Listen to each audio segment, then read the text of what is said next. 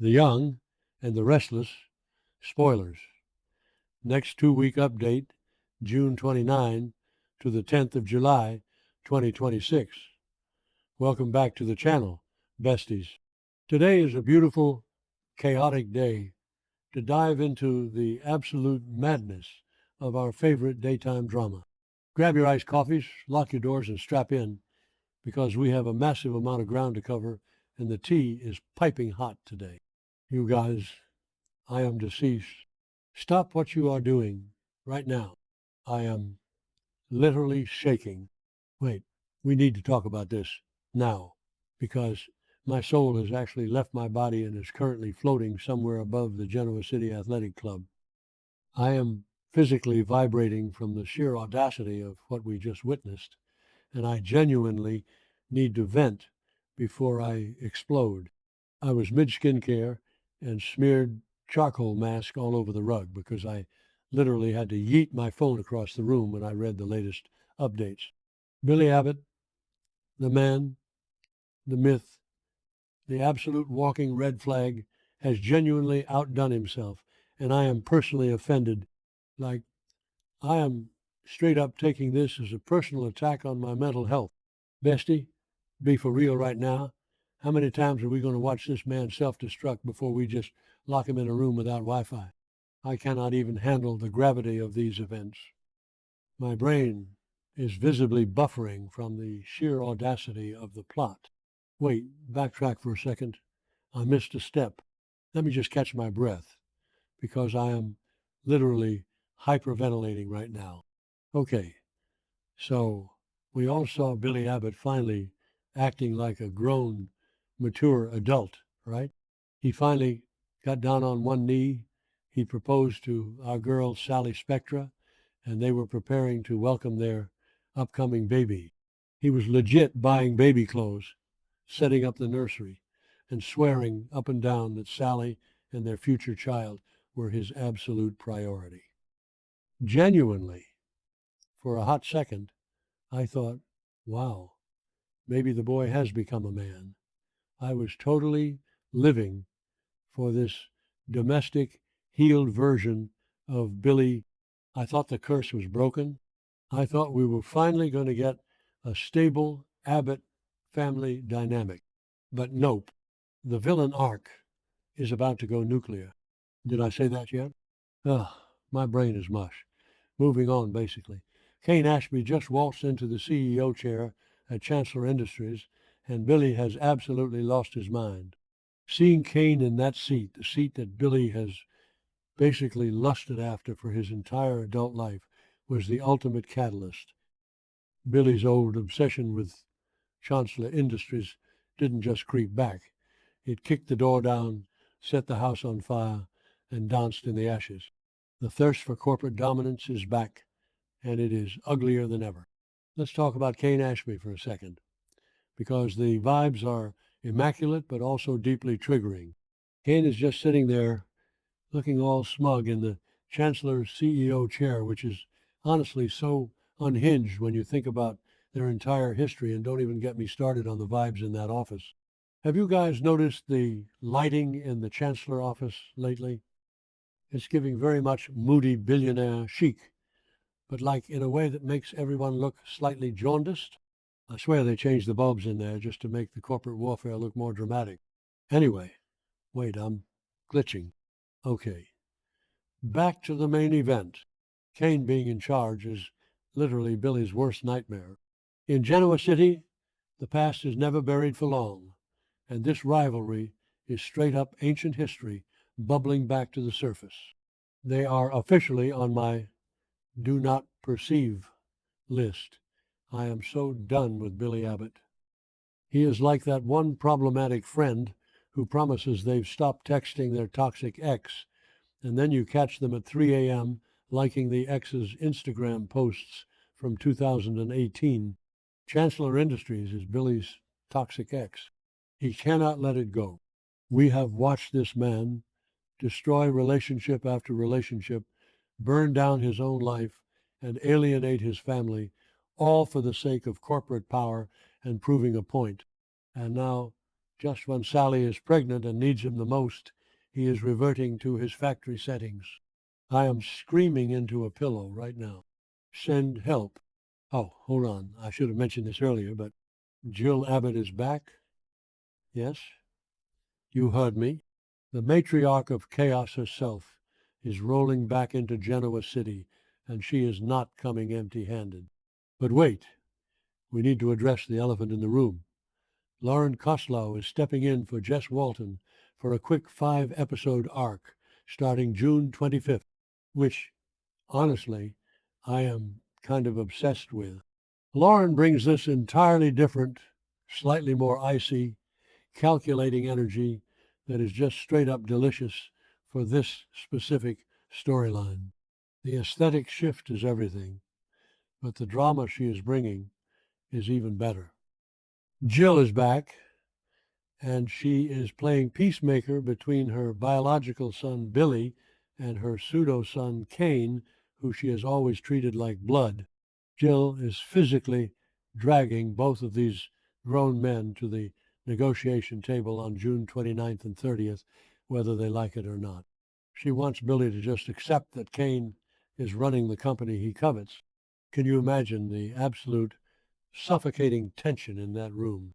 Billy vibrating with rage and entitlement, and Kane sitting there with that infuriatingly calm, smug energy, and Jill just presiding over them like a tired queen who is sick of her toddlers fighting over a toy. But here's the tea that has me spiraling into existential tangents. Jill is hiding a massive secret. The head writer literally confirmed that Jill is sitting on a bombshell that she absolutely cannot let Billy find out. And you guys know Genoa City secrets in this town have a shorter shelf life than an opened avocado. What is it? Is it about the company's financials? Is it about Catherine Chancellor's original will? Is there some hidden clause that gives Kane absolute immunity?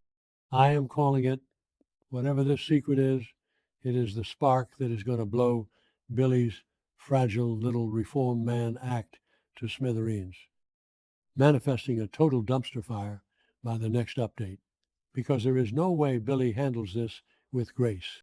He is going to snoop, he is going to find out, and he is going to self-destruct in the most spectacular way possible. And then July 1st happens.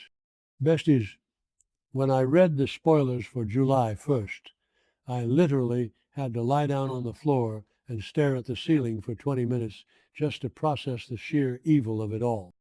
Billy Abbott, the man who just promised to put his family first, the man who put a ring on Sally's finger, straight up sabotaged Sally's latest project. Yes, you heard me correctly.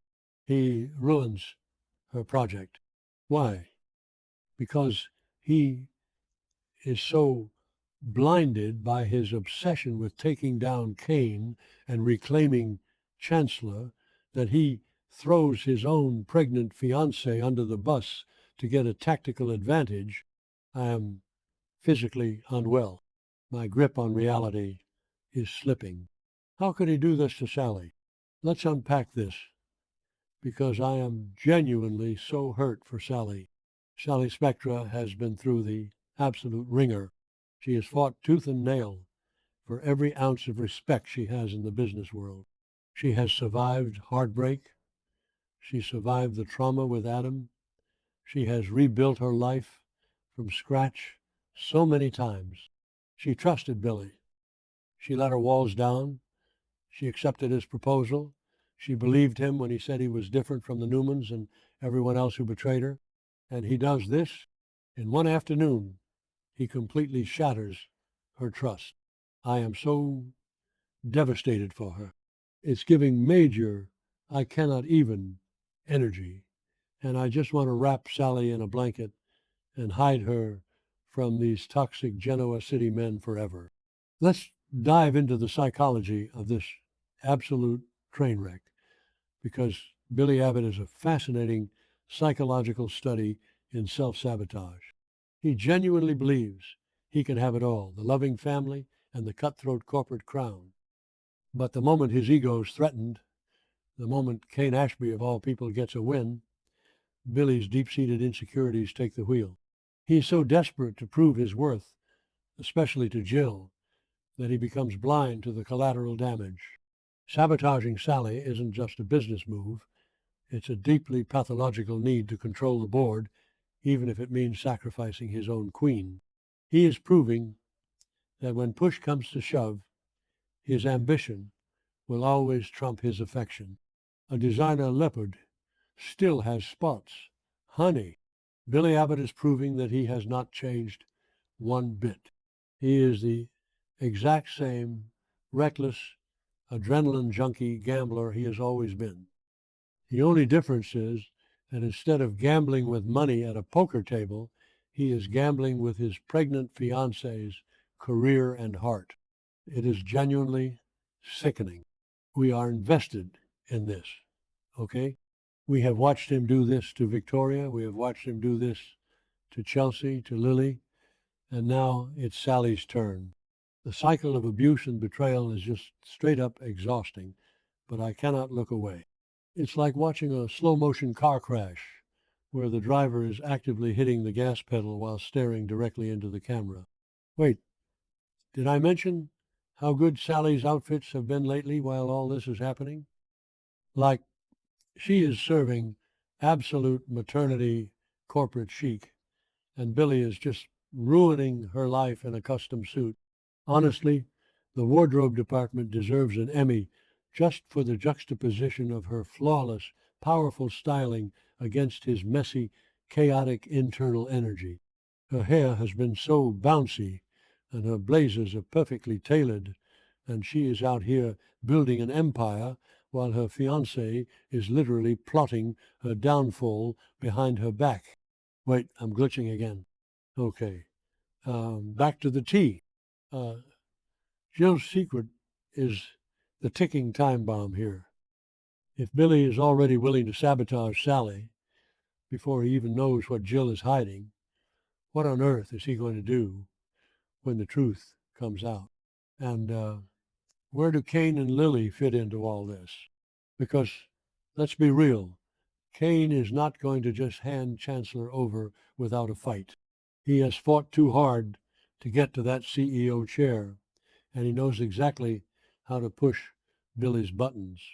And Lily, who has been dealing with her own messy, complicated feelings for Kane lately, might actually be the wild card in this entire scenario. Could Kane and Lily actually do what no one else has been able to do and put a leash on Billy? I am genuinely praying that they team up and absolutely humble him. Billy needs a reality check, and I want Kane to deliver it on a silver platter with a side of corporate ruin. If Lily sides with Kane against Billy, the Abbott family Thanksgiving is going to be incredibly awkward, and I am here for it. The aftermath of this July 1st betrayal is going to be cinematic mayhem. I am narrating this chaos like a high-octane psychological masterpiece where the stakes are astronomical. Because for Sally, they really are. She is carrying his child, she is planning a wedding, and he just showed her that his true love is and always will be Chancellor Industries. I am clutching my chest. I am too unwell to handle the gravity of these events. This specific betrayal personally attacked my soul. I need all of you to sound off in the comments right now. Are you as deceased as I am? Is Billy beyond saving? Because as far as I'm concerned, he is officially canceled. Let the dumpster fire burn, besties. I will be here, refreshing my feed and screaming into the void. See you in the next update. If I survive this emotional roller coaster,